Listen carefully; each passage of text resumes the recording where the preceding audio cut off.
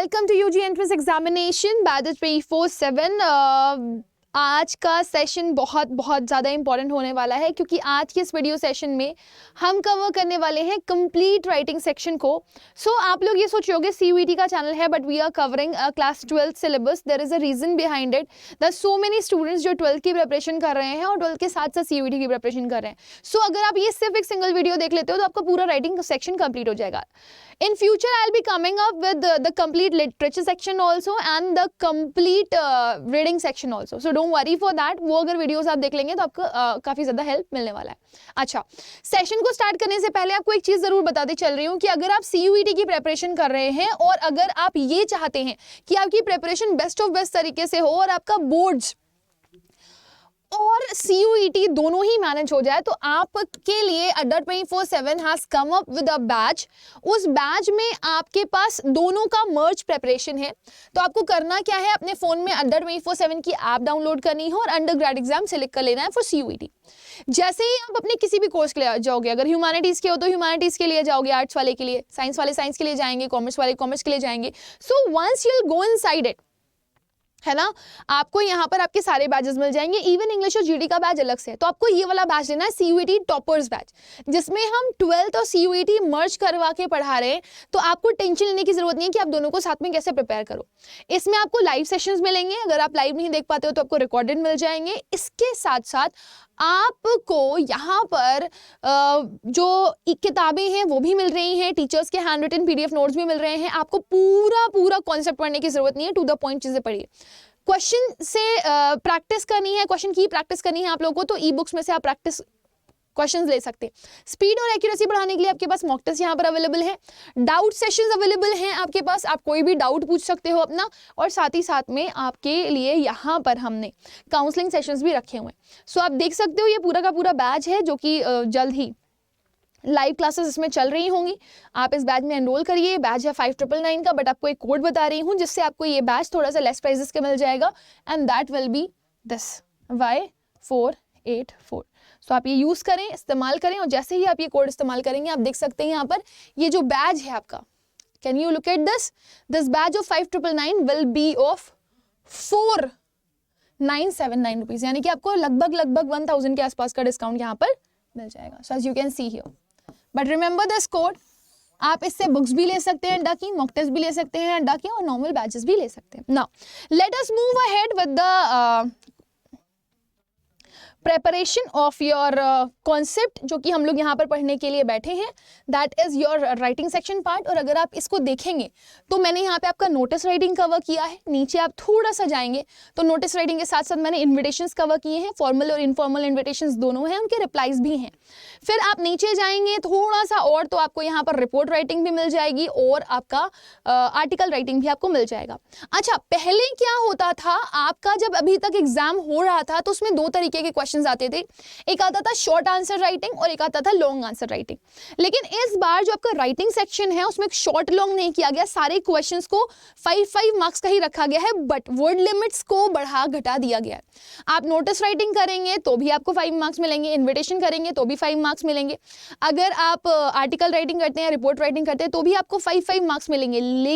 लेकिन notice writing और invitation की जो वर्ड लिमिट है वो 50-50 है, लेकिन जो आपका रिपोर्ट राइटिंग और आर्टिकल राइटिंग है उसकी जो वर्ड लिमिट है वो 120 अबव है। So please be sure about this कि आपको इसकी प्रिपरेशन अच्छे से करनी है। नाउ सबसे पहले हम नोटिस राइटिंग की बात करेंगे। देखो, आपके स्कूल में कोई फंक्शन होने वाला है या कोई इवेंट आ रहा है, कुछ भी हो रहा है, किसी की डेथ हो गई, किसी की कोई चीज़ खो गई है, तो वो जब लोगों की नज़र में उस चीज़ को लाना चाहता है तो वो हर एक को जाकर के बताएगा नहीं, वो एक डिस्प्ले बोर्ड पर नोटिस लगा देगा, या न्यूज़पेपर में भी कई बार लोग नोटिस निकाल देते हैं कि ऐसा ऐसा चीज़ हुआ है ना। वो उसलिए आपका जो नोटिस है वो लिखा जाता है। अब notice is all about to give information to a number of people so that this and this thing happening. क्या हुआ, कब हुआ, कहाँ हुआ, ये सब चीज़ें आपको उसमें मेंशन करनी होती हैं ताकि लोगों की वो नज़र में आ जाए और जो भी इंटरेस्टेड लोग हैं वो उस चीज़ के बारे में आकर के बता दें या फिर उस चीज़ में आकर के पार्टिसिपेट कर लें, ऐसे बताया जाता है। ठीक है, so there are certain thing that you people need to know कि what is the purpose of notice writing. Notice writing का पर्पस क्या है ना। तो नोटिस राइटिंग आपको बताती है कि कोई चीज़ होने वाली है या हो गई है ना। और अगर कोई किसी को कुछ फॉलो करना है, किसी चीज़ में पार्टिसिपेट करना है, तो लोग इसके थ्रू जा करके जो भी आगे का प्रोसीजर है उसको कंप्लीट कर सकते हैं। ये अनाउंसमेंट भी बताती है बर्थ एंड डेथ की, जो मैं आप लोगों को पहले भी बता चुकी हूँ, है ना, और ये किसी तरह के इन्विटेशन की अपील भी करती है। Now there are certain points जो कि आपको बहुत अच्छे से याद रखने हैं नोटिस राइटिंग के लिए। वो क्या है वो मैं आपको यहाँ पर बता देती हूँ। आपकी नोटिस लिमिट 50 वर्ड से ज्यादा की एक्सीड नहीं करनी चाहिए। ये सिर्फ नोटिस के लिए ही नहीं है, आपका कोई भी राइटिंग सेक्शन आता है तो आपकी वर्ड लिमिट एक्सीड नहीं करनी चाहिए। किसी भी राइटिंग टास्क में आप बहुत ज्यादा रिपीटेशन ऑफ सेम सेंटेंसेस मत करिए, क्योंकि वो प्रॉब्लम करता है, वो आपके मार्क्स कटवा सकता है। देन जब भी आप नोटिस लिखेंगे या इनविटेशन बल्क वाला लिखेंगे तो उसको किस में लिखेंगे, बॉक्स में लिखेंगे। इवन अगर आप एप्लीकेशन लिख रहे हैं, ठीक है, तो आपका जो एप्लीकेशन होता है उस एप्लीकेशन को भी करने के लिए आपको एक छोटा सा टास्क करना पड़ेगा। दैट इज कि एप्लीकेशन फॉर जॉब जब आप करते हैं तो जब बायोडाटा लिखते हैं, सीवी लिखते हैं, तो उसको आपको एक बॉक्स में बनाना पड़ता है। ठीक है, एप्लीकेशन फॉर जॉब मैंने यहाँ पर आपका नहीं लिया है, but no issues for that, मैं आप लोगों को अलग से वो पढ़ा दूंगी। ठीक है, चलो नाउ नोटिस में हेडिंग जरूर डालनी होती है। नोटिस और पर्सनल इंफॉर्मेशन किसी भी राइटिंग टास्क में आपको नहीं करनी है, आपको याद रखना है व्हाट, whom, when, where, ठीक है, 5 W's के आंसर्स यहाँ पर आपको देने होते हैं। प्रेजेंटेशन आपकी जितनी क्लियर होगी उतने अच्छे मार्क्स आपको मिलेंगे। Now let's talk about the format of the notice writing, क्योंकि नोटिस राइटिंग आपका 5 नंबर का होता है तो उसका डिवीजन 1, 2 और 2 में किया जाता है। तो 1 मार्क्स का आपका फॉर्मेट होता है, 2 मार्क्स का आपका एक्सप्रेशन होता है जिसमें आपकी ऑर्गेनाइजेशन ऑफ आइडियाज के 1 नंबर आपको मिलता है, और 1 मार्क्स आपको मिलता है आपकी स्पेलिंग एरर्स और ग्रामेटिकल एरर्स ना करने का, और 2 मार्क्स होते हैं आपके कंटेंट के। फाइन, इससे आपको मार्क्स मिलेंगे। Now there is a basic format of notice writing. जब भी आप नोटिस लिखेंगे, पहले क्या करते थे आप, नेम ऑफ द ऑर्गेनाइजेशन पहले डालते थे और बाद में आप डालते थे नोटिस। अब आपको पहले डालना है नोटिस, उसके बाद आप यहाँ पर लिखेंगे नेम ऑफ ऑर्गेनाइजेशन, मतलब नेम ऑफ ऑर्गेनाइजेशन जो है वो नोटिस के नीचे आएगा। फाइन, फिर उसके बाद आप डेट डालेंगे and this date should be complete. जैसे सपोज आज की अगर मैं डेट आपको बताऊं तो टुडे इज व्हाट, 11, सो 11/2/2023 ऐसे करके कंप्लीट आप लिखोगे। फाइन, नाउ फिर यहाँ पे पहले आप सब्जेक्ट डालते थे, अब आपको सब्जेक्ट डालने की जरूरत नहीं है, आप पूरा का पूरा कंटेंट लिखेंगे जिसमें आप W's के आंसर देंगे, और वो W's आपके 5 W's होंगे। वंस कंप्लीटिंग इट, लास्ट में अपना नेम लिख करके अपनी डेजिग्नेशन मेंशन कर दीजिएगा। That is it, name with designation. Fine, main marks आपको इसके ही मिलते हैं, तो फॉर्मेट के और दूसरा मेन कंटेंट के। और कंटेंट सबसे मेन इसलिए होता है क्योंकि यहीं पे ही आप ऑर्गेनाइजेशन ऑफ आइडियाज भी करते हो, यहीं पे आप एरर्स भी करते हो, ग्रामेटिकल और स्पेलिंग मिस्टेक भी करते हो। ठीक, so I hope this is quite clear to everybody. Now look at this question, कह रहा है you are secretary of history club of Vidya Mandir school. एक नोटिस आपको लिखना है, 50 वर्ड से ज्यादा का नहीं होना है। आपने स्टूडेंट को इन्फॉर्म करना है कि आप किसी हिस्टोरिकल साइट गए थे। 2019 में ये क्वेश्चन आया हुआ है। अब आपको करना कैसे है क्वेश्चन देखो। सबसे पहले आपने क्या किया, सबसे पहले आपने लिख दिया heading notice. Notice should be written in bold, बड़ा बड़ा लिखा हुआ होगा तो बहुत अच्छा लगेगा। पेंसिल से बॉक्स बना लेना, जरूरी नहीं है कि पेन से बनाओ, कई बार पेन मेसअप हो जाता है आपका तो प्रॉब्लम करता है। पूरा बॉक्स आप पहले नहीं बनाएंगे, आप 3 लाइंस खींच लेंगे ऐसे करके, जब आपकी वो एंड हो जाए तब आप उसको बंद कर दीजिएगा, क्योंकि बहुत मैटर करता है कि आप कितना सिंक्रोनाइज वे में इसको लिख रहे हो। फिर देखिए मैंने यहाँ पर डाल दिया name of the organisation, Vidya Mandir school history club, that is it. फिर मैंने डेट डाल दी, एक लाइन छोड़ करके 22 सितंबर 20XX। अभी याद रखिएगा, कोई चीज जो होने वाली है, जो डेट आपने यहाँ पर डाली है और यहाँ पर जो डेट मेंशन करेंगे वो बाद की करेंगे इसकी। और कोई चीज अगर हो चुकी है, आपने जो भी डेट यहाँ पर डाली है, किसी ऐसी जिसको इन्फॉर्म करो जो हो चुकी है, तो उसकी डेट यहाँ पर आप पहले वाली डालोगे, इस डेट से पहले वाले की। इसको थोड़ा सा याद रखना, ठीक है। अब देखो, जब भी आप नोटिस राइटिंग लिखते हो तो आप लिखते हो this is to inform you, है ना। क्या इन्फॉर्म करना है, किसको इन्फॉर्म करना है, ये आपको मेंशन करना है। सो यहां पर आपको इन्फॉर्म करना था किसको, क्लब के मेंबर्स को, है ना, हिस्ट्री क्लब के मेंबर्स को। सो आपने क्या किया, members of the clubs are here by informed. किसको इन्फॉर्म किया जा रहा है, मेंबर्स ऑफ द क्लब को। किस चीज की इंफॉर्मेशन दी जा रही है, of a proposed educational visit to a few important historical site. ठीक है, विजिट पे जा रहे हैं हिस्टोरिकल साइट पे। आप चाहें तो हिस्टोरिकल साइट किस जगह पर है ये भी बता सकते हो। वैसे यहाँ पर लिखा हुआ है सिटी में है तो हमने वेयर मेंशन कर दिया, which is likely to be scheduled the 28th and the 30th of September, जो होगी इस तारीख को।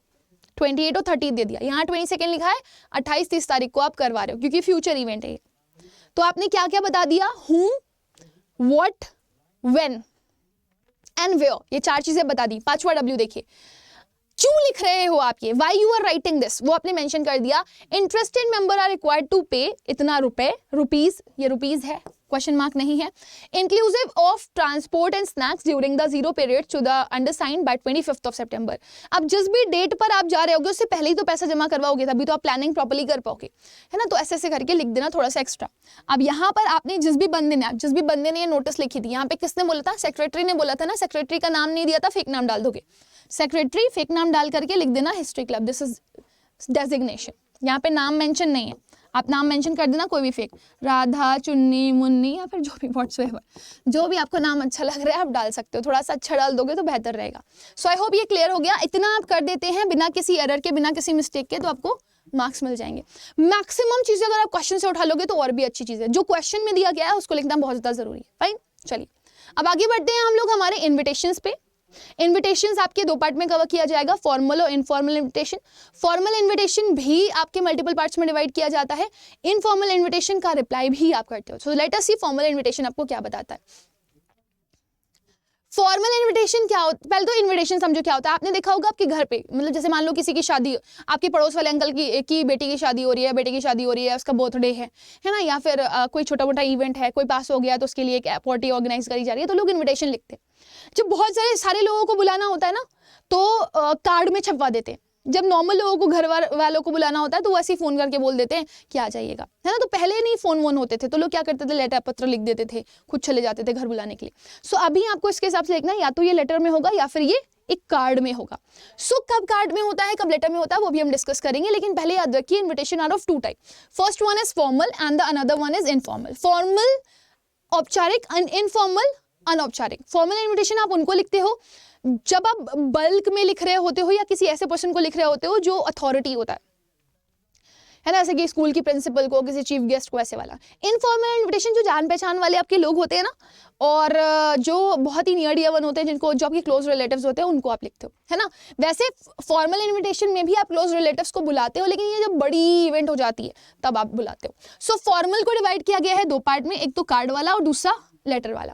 सो जब आपको 500 लोगों को बुलाना होगा तो सबके घर जा करके आप इन्विटेशन नहीं दे सकते, लेटर नहीं दे सकते, तो आप उनको एक ही कार्ड छपवाते हो, उसमें नेम डाल करके सबको दे देते हो कि इनका इनका इनका इनका इनका इनका, अरे सेट, है ना।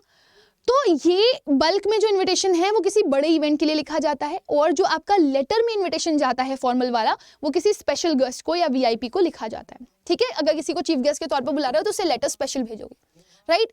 फॉर्मल इन्विटेशन की कैरेक्टरिस्टिक्स क्या होती हैं, आपको 5 W's मेंशन करने होते हैं।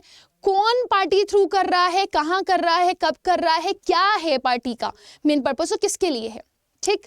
दूसरा, सिंपल प्रेजेंट टेंस में हमेशा लिखा जाता है फॉर्मल टेंस को। कार्ड को हमेशा बॉक्स में रखते हो, आप हमेशा बॉक्स में रखते हो, उसको याद रखना। दूसरी चीज, हमेशा सिंपल प्रेजेंट के साथ साथ आपका थर्ड पर्सन को ये लिखा जाता है। डन। आगे देखिए, अब अगर आप बात करें कार्ड के फॉर्मेट की, तो कार्ड का फॉर्मेट यही होता है, नेम ऑफ द होस्ट, जो पार्टी थ्रू कर रहा है, हु।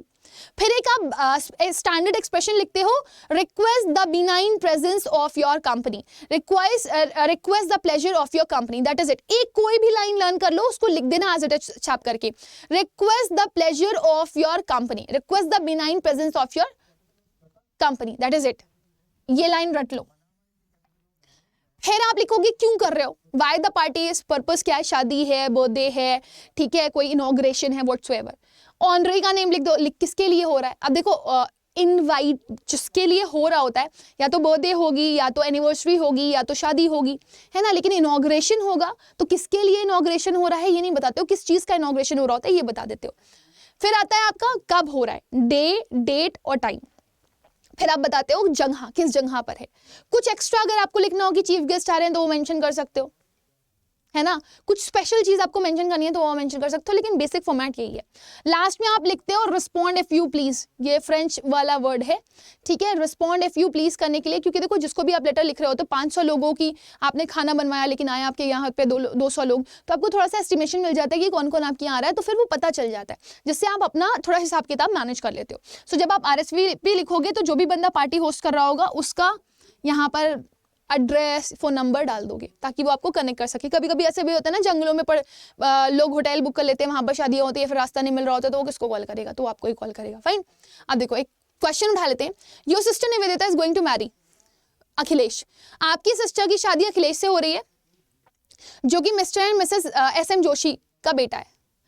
आपके पापा का नाम है मिस्टर KS भारद्वाज। उन्होंने वेडिंग प्लान करा हुआ है होटल कुणाल में, जो कि न्यू दिल्ली में है। 25 तारीख को ये शादी है। आपको एक्स्ट्रा इन्फॉर्मेशन लिखनी है तो आपका मन है, आप लिख सकते हो। आपको एक फॉर्मल इन्विटेशन लिखना है KS Bharadwaj mister and Mrs के बिहाफ पर, और थोड़ी बहुत अदर डिटेल्स भी आपको यहाँ पर देनी है, राइट। सो यहाँ पर सबसे पहले देखिए आप क्या करेंगे, आप लिखेंगे ना कौन, who is throwing the party, तो Mr and Mrs KS Bhardwaj, ठीक है। एक आपने स्पेशल लाइन लिखी है, request the pleasure of your company, that is it, है ना। ऑन द ओकेजन ऑफ, ये भी मत लिखिए ऑस्पिशियस वगैरह, सिर्फ इतना लिख दिया on the occasion of marriage. क्या है पर्पस, क्या है, ठीक है ना, पर्पस। और किसके लिए है ये शादी, ऑफ देयर डॉटर निवेदिता, ठीक है। अब शादी कार्ड में किसकी शादी किसके साथ हो रही है मेंशन करते हैं, निवेदिता विद अखिलेश। अब अखिलेश के बारे में क्वेश्चन में इंफॉर्मेशन थी तो हमने यहाँ पे लिख दिया mister and Mrs Joshi of Nainital. कब है, ये किसके लिए कर रहे थे, through, for whom it is, ये भी मेंशन कर दिया। अब देखो यहाँ पे हमने ना डेट और टाइम मेंशन करना शुरू कर दिया। Friday 25 May 20XX as hotel Kunal new Delhi programme, जैसा लिखा था एज इट इज मेंशन कर दिया। अब ये एक्स्ट्रा वाला पार्ट है, आपका मन है आप लिख दो, नहीं मन है मत लिखो। वैसे ये सब शादी के कार्ड में होता है कि रिसेप्शन कब होगा, डिनर कब होगा, वेडिंग कब होगी, तो वो लोग उसके हिसाब से आ जाते हैं। जैसे किसी को टाइम नहीं है, बहुत ज़्यादा लोग बिजी रहते हैं, तो वो हिसाब से अपने हिसाब से शादी में चले जाते हैं। लास्ट में देखो लिख दिया RSVP, और RSVP के बाद अपने यहाँ पर 2-3 एड्रेसेस डाल दिए हैं और फोन नंबर्स डाल दिए। फेक डालना, कुछ भी रियल नहीं होना चाहिए, ठीक है, रिमेंबर दिस। और ये मैंने ऐसे ही एक प्लेजरेबल लाइन डाल दी है, अगर आपको मन हो तो डालो ना, नहीं मन हो तो कोई ज़रूरत नहीं है डालने की। So this is an extras. So I hope this is quite clear to everybody. ये है फॉर्मल इन्विटेशन जब बल्क में लिखा जाता है। नाउ अगर यही फॉर्मल इन्विटेशन आप किस में लिखोगे, लेटर में लिखोगे, तो लेटर का फॉर्मेट चलेगा। आपको पता है लेटर का फॉर्मेट क्या होता है, सबसे पहले सेंडर्स एड्रेस आता है, मैं पार्टी थ्रू कर रही हूं, मैंने किसी को भेजा है लेटर, तो मेरा एड्रेस आएगा। फिर डेट आती है पूरी कंप्लीट डेट, आज क्या है 11 तारीख है, 11 फरवरी 20XX लिख दो, बहुत अच्छी बात है, 2023 लिख देते हो, कोई प्रॉब्लम नहीं है। रिसीवर्स एड्रेस, जिसको भेज रहे हो, जो रिसीव करेगा उसका एड्रेस डालना होता है। सब्जेक्ट आता है, फिर सैल्यूटेशन आता है, dear sir, dear ma'am, whatsoever. फिर आप बॉडी लिखते हो, कंटेंट लिखते हो, जिसमें आप 5 W's मेंशन करते हो, और फिर योर कॉम्प्लीमेंट्री क्लोज करते हो, है ना। कॉम्प्लीमेंट्री क्लोज क्या होता है, your faithfully, your truly, your sincerely, है ना, XYZ जो भी नाम होता है वो लिख देते हो, डेजिग्नेशन मेंशन कर देते हो। अब देखो एक क्वेश्चन, मान लो you are the director of Apex orientation, are reading name and postal coaching for competitive examination including IIT, JEE and CBSE PMT। आपको लेटर लिखना है प्रिंसिपल को, कुछ प्रेस्टिजियस स्कूल की, उनको इन्वाइट करते हुए कि अपने स्कूल के 2 ब्रिलियंट बच्चे भेज दीजिए जो हमारे सेमिनार को अटेंड कर सकें, काउंसलिंग सेक्शन को अटेंड कर सकें। सो आपने कुछ नहीं, देखो यहाँ पर आप देखो ना, आपको सेंडर का एड्रेस दिया गया, आप डायरेक्टर हो एपेक्स ऑर्गेनाइजेशन के, एड्रेस ऑफ एड्रेस ही नहीं दिया गया, स्कूल्स के एड्रेस नहीं दिए गए। तो अब आप जब लिखोगे तो आप फेक एड्रेस लेकर के चलोगे। लेकिन देखो ना, सेंडर्स एड्रेस मेंशन था तो मैंने सेंडर्स एड्रेस डाल दिया, एपेक्स ओरिएंटेशन। इन्होंने बहुत बड़ा कोई एड्रेस नहीं दिया था, छोटा सा एड्रेस दिया था, मैंने खुद उसको बढ़ा दिया, नंबर डाल दिया, किस जगह पर है, कौन सी रोड पर है, XYZ, है ना, एक्स्ट्रास में डाल दिया। ये सब एक्स्ट्रा, आपका मन हो डालो, नहीं मन हो ना डालो, सिर्फ इतना डाल दो, एपेक्स ऑर्गेनाइजेशन, ये 2 लाइन में। फिर आपने पूरी डेट डाली, फुल डेट, जो भी डेट हो आज की वो डाल देना। फिर किसको लिख रहे हो, प्रिंसिपल को लिख रहे हो। प्रिंसिपल में आपकी कोई स्कूल का नाम भी डालना पड़ेगा आपको, या तो फेक नाम डाल दो, नहीं आ रहा है फेक नाम तो ABC स्कूल करके डाल दो, जिस जगह पे हो, क्योंकि उसी जगह के एरिया के स्कूल में ही लिखना है तो उस वजह से दिल्ली डाल देना। अब यहाँ पे सैल्यूटेशन डाला, सर एंड मैम। सब्जेक्ट क्या डाला, फ्री काउंसलिंग सेशन है, उसके लिए आप बुला रहे हो बच्चों को, ठीक है ना। क्योंकि मैंने बताया आपको this should be in 3rd person, ये हमेशा 3rd पर्सन में होता है, तो कोई भी ऐसा नाम मत डालना माय, योर, हिज, हर करके। Apex orientation is the leading name in postal coaching for competitive examination, मैंने पूरा क्वेश्चन से लिया है। इट रिगार्ड्स, इट भी 3rd पर्सन है, आपके स्कूल को वो रिस्पेक्ट करता है as one of the prestigious institute of Delhi, ये क्वेश्चन में ही था। तो कौन इन्वाइट कर रहा है, हु इज द इन्वाइटी, है ना, और किसको इनवाइट कर रहे हैं मैंने मेंशन कर दिया। It will deem it a personal favour if you recommend any of your 2 brilliant students to attend our career counselling. किस लिए इनवाइट कर रहा है वो भी लिख दिया, पूरा ये सब क्वेश्चन में दिया गया था। अब कब है, 10 अप्रैल, बाद में ही इवेंट होगा तो बाद की डेट डालना। कहां पर है, in our centre only. The participation will be free of cost, kindly send me your recommendation by 7th of April। ये एक लास्ट लाइन डाल देना कि इससे पहले, इस डेट से पहले बता दें, इस डेट को है तो इस डेट से पहले बता दें। फिर आपने क्या डाल दिया, अपना कॉम्प्लीमेंट्री क्लोज, आपका कुछ नाम है, नाम दिया नहीं गया था, और लास्ट में डाल दिया director, that is it. Clear? So ये हो गया फॉर्मल इनविटेशन आपका। नेक्स्ट आते हैं रिप्लाई के ऊपर। अब देखो, जिसको भी आप इनविटेशन दोगे तो वो बताएगा ना कि वो आ रहा है कि नहीं आ रहा है। तो जब आपको इनविटेशन देना होता है फॉर्मल का, तो भी आप 3rd पर्सन में ही लिखते हो, है ना। तो जब भी आप 3rd पर्सन में इनविटेशन लिखते हो तो सबसे पहले कंसिडरेशन देते हो अपनी, थैंकिंग कि आपने मुझे इस लायक समझा कि आप मुझे आपने बुलाया। So this person is thanking this person for this reason which is to be held on this and this date and this place. ये पूरा मेंशन करना होता है आपको।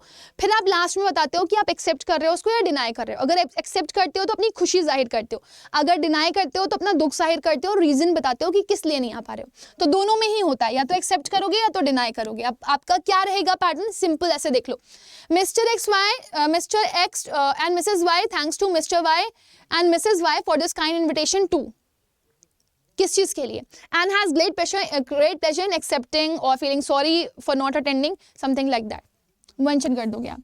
वो वेन्यू क्या था, टाइम क्या था, वो सब बता दोगे। Now look at this is a reply, formal reply. You are Dr. Avinash Bhalla. You have received an invitation from the Director Health Services Haryana, who has invited leading medical practitioner of the state to attend a workshop on child care on 20th May 20XX at 10 AM in Civil Hospital Ambala. Respond the invitation. अब आपको invitation के लिए response करना है। आप अविनाश भल्ला हो, आपको एक invitation मिला था, कहाँ से, फ्रॉम द हेल्थ सर्विसेज के डायरेक्टर जो कि हरियाणा के हैं उनसे, ठीक है ना। उन्होंने आपको इनवाइट किया था एक leading medical practitioner of the state के तौर पर कि आप एक वर्कशॉप को अटेंड करिए जो कि चाइल्ड केयर के ऊपर है ना। और ये कब होने वाली है, 20 तारीख को होने वाली है 10 बजे, ठीक है, सिविल हॉस्पिटल अम्बाला में। तो सब तो दिया हुआ है। तो यहाँ पे आप क्या लिखेंगे, कौन थैंकफुल है, किसको इनवाइट किया गया, डॉक्टर अविनाश बिल्ला को। तो डॉक्टर अविनाश बिल्ला has a great pleasure in receiving the invitation from the director. तो आप थैंक्स बोल रहे हैं, डॉक्टर अविनाश बिल्ला is thanking and having a great pleasure in receiving the invitation from the director. किससे मिला था, हेल्थ सर्विसेज के डायरेक्टर से। नाम चाहो तो फेक लिख सकते हो, नहीं माने तो कोई बात नहीं, हरियाणा। और किस लिए मिला था, to attend a workshop on child care, जो कि कब थी, 20th मई को थी, 10 बजे थी, और कहाँ थी, सिविल हॉस्पिटल अम्बाला में। इतना लिख दिया आपने, कौन कब कहाँ क्या क्या था, सब कुछ मेंशन कर दिया 3rd पर्सन में। आप सीधे 3rd पर्सन में ही लिखना है ना। He confirms his presence with thanks, वो अपनी कंफर्मेशन दे रहे हैं।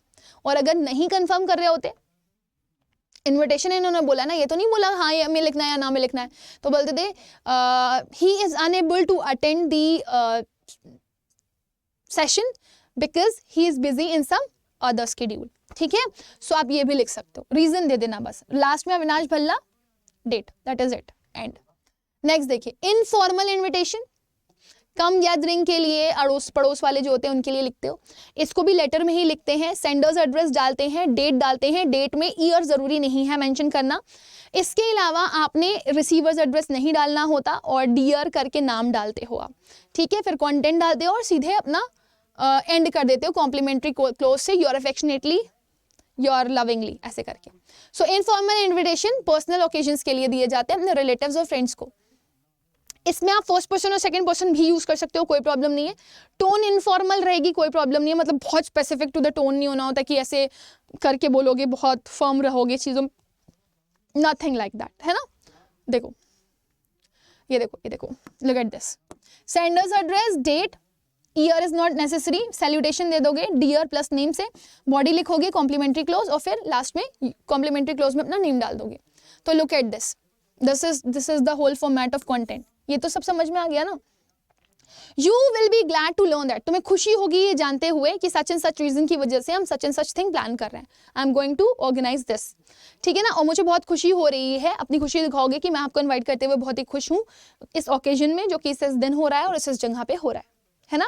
और want your presence there, last में लिख सकते हो। Do join and have fun, ऐसे भी लिख सकते हो। Yours affectionately, yours truly, XYZ, that is it.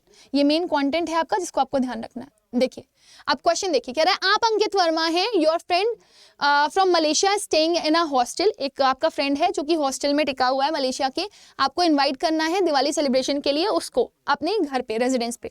तो ना आपको एड्रेस दिया गया था आपका, आप फेक एड्रेस डाल दीजिए, आपने डाल दिया 315 राजा गार्डन, इसको एक साथ लिखना बेटा एक ही लाइन में। डेट डाल दी 25 अक्टूबर 20XX, this is not necessary, मन हो लिखना, मन हो ना लिखना, लिख भी दोगे तो कोई प्रॉब्लम नहीं है।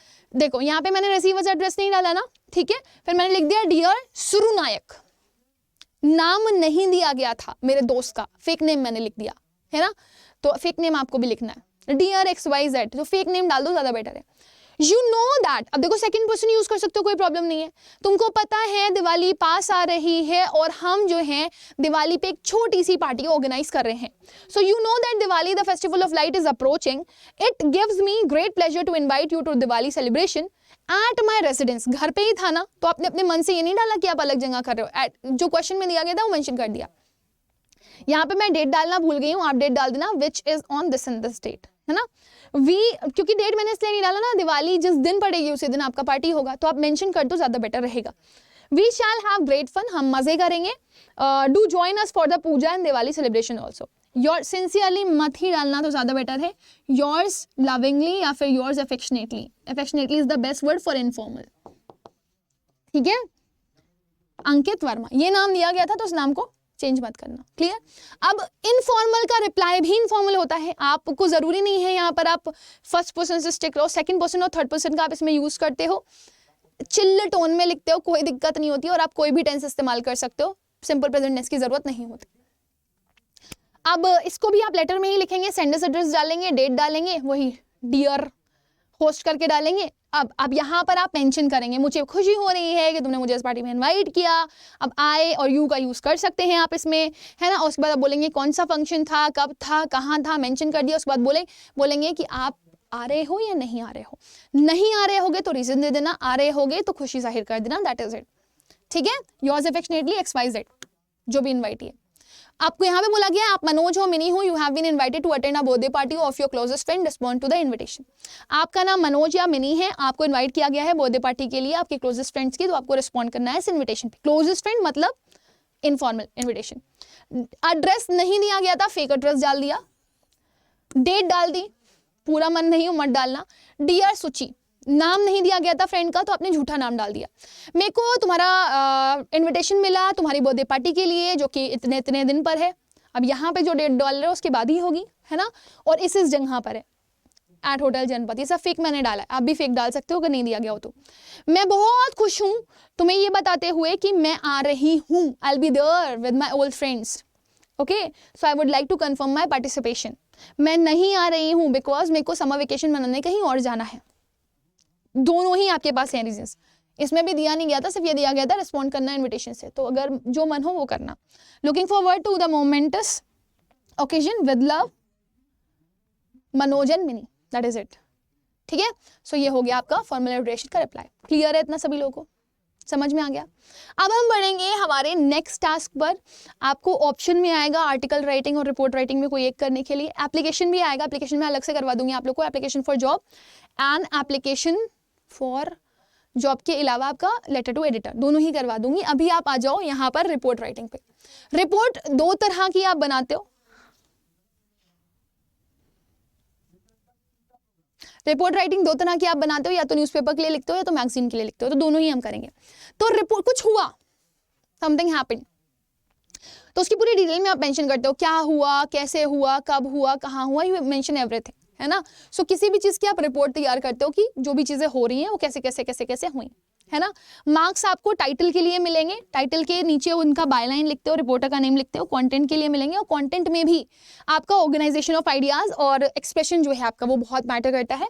So please be particular about this, कि आप बहुत ही स्पेसिफिकली जा करके इसको लिखो। स्पेसिफिकली समझते हो ना, ऑर्गेनाइजेशन ऑफ आइडियाज अच्छे से होने चाहिए, कंटेंट बढ़िया होना चाहिए आपका, क्वेश्चन को मिस मत करना, क्वेश्चन के सारे पॉइंटर्स इंक्लूड करना, साथ ही साथ में स्पेलिंग एरर्स का ध्यान रखना और ग्रामेटिकल एरर्स का ध्यान रखना। ये कैसे होगा मैम, ये प्रैक्टिस से होगा, प्रैक्टिस मेक्स मैन परफेक्ट। मैं आपको एक क्वेश्चन लिस्ट दे दूंगी, आप उसकी प्रैक्टिस कर लेना।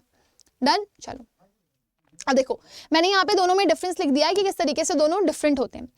मैगजीन में हेडिंग डालते हो, न्यूज़पेपर में हेडलाइन बनती है, जैसे स्कूल में लगी आग, ये हो गई हेडलाइन, ठीक है ना। अगर इसी को ही आपको थोड़ा सा मैगजीन रिपोर्ट में लगना है, सो आप प्रॉपर एक हेडिंग डाल दोगे, the consequences of fire. Clear है, समझ में आ गया ना। तो अभी देखो यहाँ पर आपने क्या करना होता है, हेडिंग के बाद मैगजीन में बायलाइन डालनी होती है। न्यूज़पेपर में आपने बायलाइन डालनी होती है डेजिग्नेशन के साथ, मैगजीन में अगर आप डेजिग्नेशन डाल देते हो तो कोई प्रॉब्लम नहीं है, लेकिन आप न्यूज़पेपर रिपोर्ट में ज़रूर से ज़रूर डालोगे। पैराग्राफ को 3 पार्ट्स में यहाँ पे भी करते हो, यहाँ पे भी करते हो। जब यहाँ पे करते हो तो एक ओपनिंग पैराग्राफ आता है, पूरा ओपनिंग पैराग्राफ मतलब आप स्टार्ट करते हो कि क्या था, है ना, और फिर उसके बाद आप एक्सप्लेन करते हो। अकाउंट ऑफ इवेंट शुरुआत से लेकर आखिर तक क्या हुआ वो बताते हो और कंक्लूड कर देते हो कि कहाँ पे चीज़ आकर के खत्म हुई। जब आप न्यूज़पेपर लिखते हो तो उसमें डेट और प्लेस जरूर मेंशन करते हो, किस दिन वो रिपोर्ट लिखी गई है, जो डेट था और जो प्लेस था वो जरूर से जरूर मेंशन किया करना होता है। बाकी एज इट इज आपका ओपनिंग पैराग्राफ पूरा स्टार्टिंग से एंड तक बताते हो क्या क्या हुआ, है ना। तो कंक्लूजन आपको ऐसे करना है कि यहाँ पे चीज़ खत्म हो गई थी। तो मैं आपको एग्जाम्पल दे देती हूँ किस तरीके से आपको करना है। सो पॉइंट्स जो आपको याद रखने हैं वो बहुत ज़रूरी है, प्लेस, डेट, टाइम और अदर फैक्ट ज़रूर मेंशन करना, थोड़ा बहुत ना एड ऑन जरूर करना होता है आपको। वैसे मैक्सिमम ट्रू इन्फॉर्मेशन जो होती है वो आपको लिखनी होती है, क्वेश्चन से स्टिक रहना होता है। जो इन्फॉर्मेशन आपको आसपास के लोगों से मिली होती है वो भी आपको लिखनी होती है। रिपोर्टर का नेम लिखना होता है, सब सुटेबल टाइटल देना होता है, टाइटल जितना फ्रेज में रहे उतना ही अच्छा होता है। पास्ट टेंस में रिपोर्ट लिखी जाती है, इसको भी याद रखना। कॉजेज, रीजंस, कॉन्सिक्वेंसेज, ओपिनियंस, ये सब आप इन्वॉल्व कर सकते हो। पैसिव फॉर्म में अगर यूज किया जाए तो और भी अच्छा है। लेस फॉर्मल करना, ज़्यादा से ज़्यादा डिस्क्रिप्टिव बनाने की कोशिश करना, इंटरेस्टिंग बनेगा जब मैगजीन के लिए लिख रहे होगे तो। एंड अपने आइडियाज़ को थोड़ा सा प्यार से और इंटरेस्टिंग तरीके से अगर डेवलप करोगे तो और भी ज़्यादा शानदार होगा। ठीक है, अब देखो यहाँ पर क्या लिखा हुआ है, what is written over here. कह रहा है MMD school Nashik recently organised a science symposium on the topic effect pollution on a quality of life. You are Amit or Amita Razdan, editor of the school magazine. Write a report on the event of your school magazine. School magazine के लिए लिखना है। आपको पता है आप एक heading डालेंगे, उसके बाद एक बायलाइन डालेंगे। आपका मन है, अगर आपको क्वेश्चन में नहीं दिया गया है डेजिग्नेशन मत डालना, अगर दिया गया है तो डाल देना।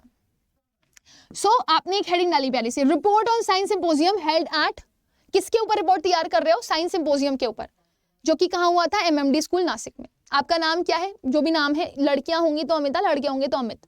यहाँ पे दिया गया था कि एडिटर ऑफ स्कूल मैगजीन है, इस वजह से मुझे मेंशन करना पड़ रहा है, नहीं दिया होता मैं मेंशन नहीं करती। फाइन, चलिए अब यहाँ पर आपको डेट और प्लेस तो डालने की जरूरत नहीं है, आप सीधे बता दोगे क्या हुआ था। एक सिंपोजियम को ऑर्गेनाइज किया गया था जनवरी 2021 को इन स्कूल, और वो किस टॉपिक के ऊपर था, ये टॉपिक था। ठीक, अब क्योंकि साइंस सिंपोजियम है तो जितने भी साइंस वाले स्टूडेंट होंगे वो उसका पार्ट बने होंगे। So all the science students were the part of the programme. ठीक, अब यहां तक तो आपका पहला ओपनिंग हो गया। अब आप शुरू करोगे उसमें क्या क्या हुआ, शुरुआत कहां से हुई। The event started with the felicitation of the guest speakers. Guest speakers ने बोलना, फेलिसिटेट, कांग्रेचुलेट करना शुरू किया आप लोगों ने पहले उनको। Thereafter the participants were espoused by Shri Suraj Prakash. He acquainted them with the objectives and goals of the workshop. क्यों हुई थी वर्कशॉप, इसमें यहाँ पर एक बंदे ने बताया, तो आप भी किसी स्पेशल पर्सन का नाम लिख करके बता देना कि वो आए थे, उन्होंने ये चीजें एक्सप्लेन करी। द रिसोर्स पर्सन, और जो एक और बंदे थे वहां पर, उन्होंने कुछ और एक्सप्लेन किया। तो ऐसे मतलब एक्सप्लेन करते रहोगे, this person explains this, this person explains this, तो एडिटर, चीफ एडिटर, ऐसे ऐसे करके एक्सप्लेनेशन देते रहोगे। Dr. Hariom Gupta reflected his profound knowledge on the topic and highlighted the importance of this and how to curb this pollution. An exalting demonstration of the effects of pollution on our lives, galvanized the engrossed participants. ठीक, अब ये हो गया। बीच में आप ये भी बताएंगे कि लंच ब्रेक भी हुआ था। आफ्टर द लंच ब्रेक एक कोई बंदे आए, डॉक्टर के अरोरा, जो कि कोई और थे, रिसोर्स पर्सन थे। अगर कुछ ना मिले ना तो आप resource person, chief resource person ऐसे करके भी नाम बता सकते हो। Exhibited the possible steps that can be undertaken at the personal level to reduce pollution. तो पोल्यूशन को बड़े पैमाने पे कैसे खत्म किया जाए, नॉर्मल पैमाने पे कैसे खत्म किया जाए, छोटे पैमाने पे कैसे खत्म किया जाए, वो उन्होंने बताया। ठीक, फिर उसके बाद एक और सेशन हुआ। अगर बीच में कोई प्रोग्राम्स वगैरह भी हुए होंगे तो वो भी आप मेंशन कर सकते हो, on the basic concept behind the pollution reduction which triggered the, that is it. इसको कंक्लूड करो क्या कि at last there was another person who gave us the demonstration that how we can do the basic step to curb pollution. Clear, तो इस तरीके से आप and कर दोगे। तो आपको एक एक चीज एक्सप्लेन करनी होती है। एक बार आपने इंट्रो लिख दिया, क्या है, कब है, कहाँ है, उसके बाद आप स्टार्टिंग देते हो कि कैसे शुरू हुई कोई चीज और फिर कैसे खत्म हुई वो लास्ट में। ठीक, सिमिलरली अगर आपको यही क्वेश्चन आ जाता कि आपको क्या करना है, न्यूज़पेपर वाली तैयार करनी है। तो क्या, जैसे यहाँ पे लिखा हुआ है, आप ट्रेवल कर रहे थे ट्रेन से, आपने विटनेस किया एक एक्सीडेंट, एक अनमैन्ड लेवल क्रॉसिंग पर, एक रिपोर्टर ऑफ न्यूज़पेपर हो आप, ठीक है ना, और आपको एक रिपोर्ट लिखनी है उस एक्सीडेंट के ऊपर, उसमें डिटेल्स लिखनी है। देखो बहुत कुछ नहीं मेंशन किया गया है, तो कौन लड़ा, कैसे लड़ा, कहाँ लड़ा, वो सब एक्सप्लेन करोगे आप, है ना, कि कितने नंबर ऑफ पीपल इंजर्ड हुए और कितना हद तक डैमेज हुआ। कभी कभी ऐसा भी आ जाता है कि अगर ऐसा ना होता तो डैमेज ना होता, तो आप कंडीशंस बताएंगे कि क्या ना होता तो डैमेज ना होता। सो आपने क्या किया, हेडलाइन डालनी है, हेडिंग नहीं डालनी। तो हेडलाइन ऐसे पढ़ती है, वहां पे प्रॉपर हेडिंग डाल रहे हो कि इस चीज के ऊपर टॉपिक था, यहाँ पे डाल रहे हो 56 लोग इंजर्ड हो गए एक ट्रेन ट्रैक्टर ट्रॉली कोलिजन में, तो ये हेडलाइन है, ये हुआ, ठीक है ना। एक लड़की का सुसाइड, छात्रा ने अपने आप को गिराया छत से, ऐसे करके, फाइन। बाय संजीव कुमार, उसके बाद बाय लाइन लिखने के बाद आपने यहां पर उस पर्सन का डेजिग्नेशन डाल दिया। अब देखो प्लेस और यहाँ पे डेट आपको डालनी होती है, तो प्लेस एंड डेट जरूर से जरूर डालना, इंपॉर्टेंट है ये। अब आप स्टार्ट करोगे, क्या हुआ, है ना, तो अब आपको डालना हो वन मोर एक्सीडेंट, लिखो एन एक्सीडेंट, कहां पे हुआ, at unmanned level crossing railways were to be blamed as they did not have people posted at such crossing to prevent such accident. ये तो मैंने लिख दिया है, क्या हुआ, कहां हुआ, दैट इज इट। कहां पहले ही मेंशन कर चुके हो, क्या हुआ बता दिया। अब क्या हुआ, शुरुआत कहां से हुई, शुरुआत कैसे हुई, दिस स्टार्टेड ऐसे नहीं मेंशन करोगे क्योंकि अचानक से हुआ ना। So what you have seen you will mention the correspondence, जो जिसका भी हुआ है, ये जिसका भी कोलिजन हुआ है, the correspondent was travelling to Kanpur by Lucknow Shatabdi when it hit a tractor trolley at an unmanned level crossing after Khurja station. इस स्टेशन के बाद, इस जगह पे आने के बाद एक ट्रैक्टर ट्रॉली से कोलिजन हो गया।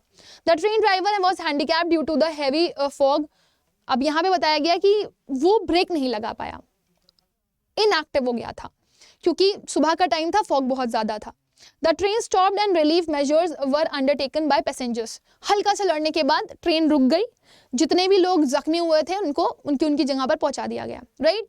Now apparently the trolley was full of a marriage party returning to their village after solemnizing the marriage. 14 passenger of the trolley were seriously injured.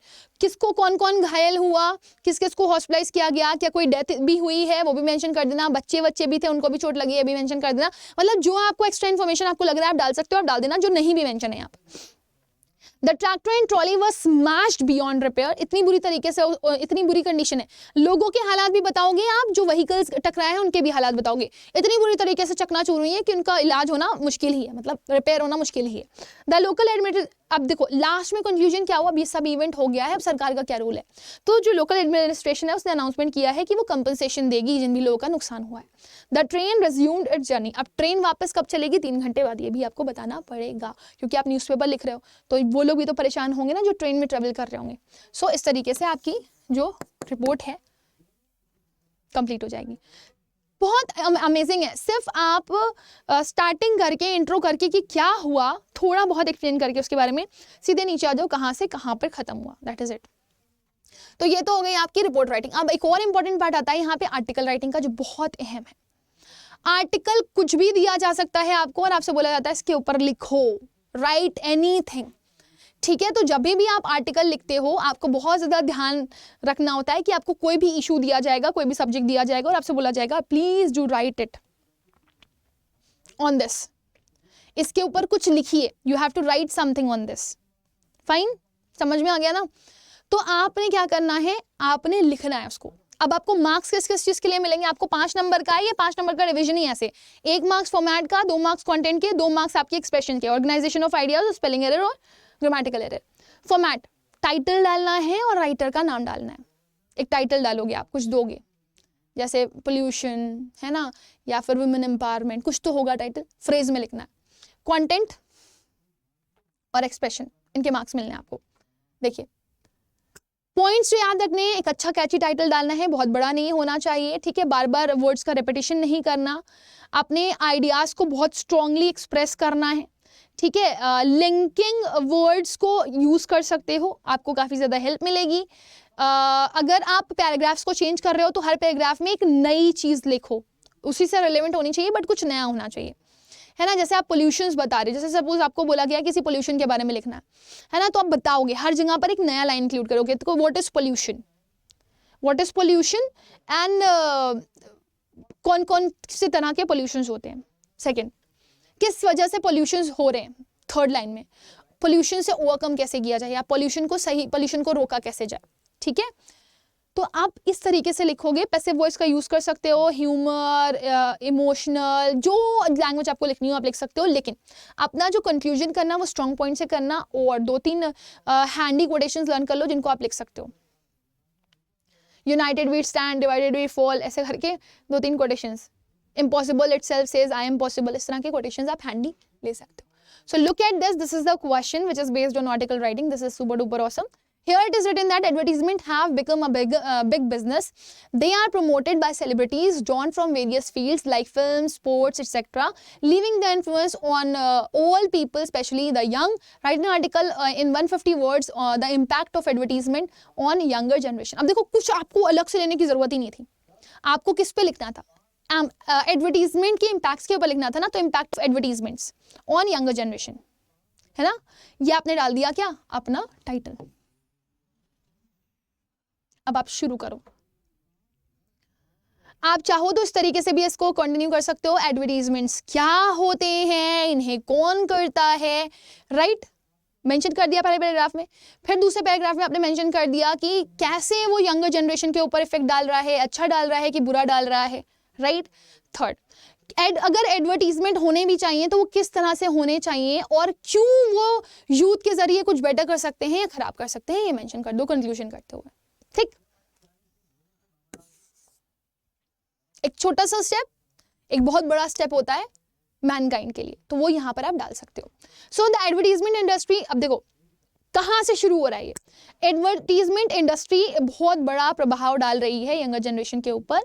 As a citizen of modern world, advertisement have become a part of our daily lives of youngsters, and they have got used to being bombarded with numerous advertisements over the course of their day. दिन भर में लाखों advertisement बच्चे देखते हैं, ये उनके ऊपर बहुत गहरा प्रभाव डालती है, उनकी लाइफस्टाइल पे पूरी तरीके से इम्पैक्ट करती है, और ये एडवर्टीजमेंट इंडस्ट्री कहीं ना कहीं हमारी जिंदगी का हिस्सा बन चुकी है। मैंने इंट्रो कर दिया। सेकेंड पैराग्राफ, और कुछ बताइए एडवर्टीजमेंट के बारे में कि किस तरीके से वो इम्पैक्ट डाल रहे हैं। एडवर्टीजमेंट बहुत कॉमन हो गए हैं for them that they often do not even realise that they are hearing और व्यूइंग देम। कई बार तो मूवीज वगैरह चल रही होती हैं, उसमें जब एडवर्टीजमेंट आते हैं तो उन्हें लगता है कि पता नहीं वो एडवर्टीजमेंट देख भी रहे हैं या नहीं देख रहे हैं, बस वो चल रहे होते हैं and they are going with it. So they have a pervasive, मतलब डायरेक्ट इफेक्ट नहीं होता लेकिन होता जरूर है ना। अब देखो, जैसे मान लो हम लोग कोई शैम्पू यूज कर रहे थे, बनादा शैम्पू आ गया, उसमें ये है तो सोचते हैं लोग ये ले लेते हैं। अभी अगर आप कोई ब्यूटी प्रोडक्ट यूज कर रहे थे, ये ले लो, तो सिरम, देखो अभी तक क्रीम्स चल रही थी, अचानक से सिरम आ गया तो लोग सिरम यूज करने लगे कि उससे और ग्लो करने लगेगा। So they have a pervasive influence on the youth in the ever expanding world of consumerism, and advertising companies are constantly looking for new ways to sell their products to the youngest by making their commercial and campaigns more memorable. और वो youth को ही ले रही हैं जो बड़ी बड़ी companies हैं, ताकि उसका इम्पैक्ट ज्यादा हो। To leave an impact on their minds, the younger generation has become their prime target. और सबसे बड़ा जो प्राइम टारगेट है, देखो बड़े लोग समझदार होते हैं, छोटे बच्चों को कुछ पता ही नहीं होता, तो मेन टारगेट कौन होता है, यूथ।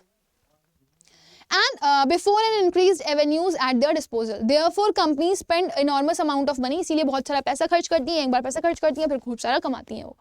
सो क्रिकेटर्स, म्यूजिशियंस, जो भी पब्लिक फिगर होता है उसको बुला करके उससे एडवर्टीजमेंट करवाती हैं। Now, this helps to ensure popularity and early brand loyalty. अब किसी भी पब्लिक फिगर को लेंगे तो ज़्यादा थोड़ा सा इफेक्टिव होंगे लोग। In the last decade, many super brands have looked towards new and outrageous ways to capture young audiences through appealing campaigns, as these youngsters are cognitively and psychologically quite defenseless against advertisement. Clearly, advertisement represent big businesses and has a significant effect on young people who need to be educated about the effects of advertisement. अब conclusion आप क्या कर रहे हो, advertisements तो हो रहे हैं, लोग एडवर्टीजमेंट तो कर रहे हैं, लेकिन बच्चों को इसके बारे में पता होना चाहिए कि इसके आफ्टर इफेक्ट्स क्या होंगे।